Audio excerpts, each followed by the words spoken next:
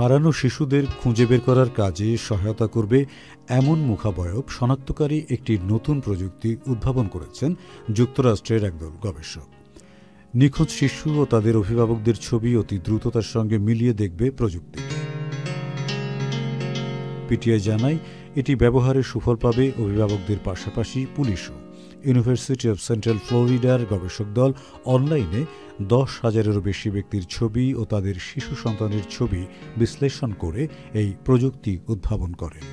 বিশ্ববিদ্যালয়টির অপরাধ ও বিচার বিভাগের ডক্টর রস উলফ আশা করেন, বহুদিন আগে হারিয়ে যাওয়া শিশুকে শনাক্ত করতেও কাজে আসবে প্রযুক্তিটি।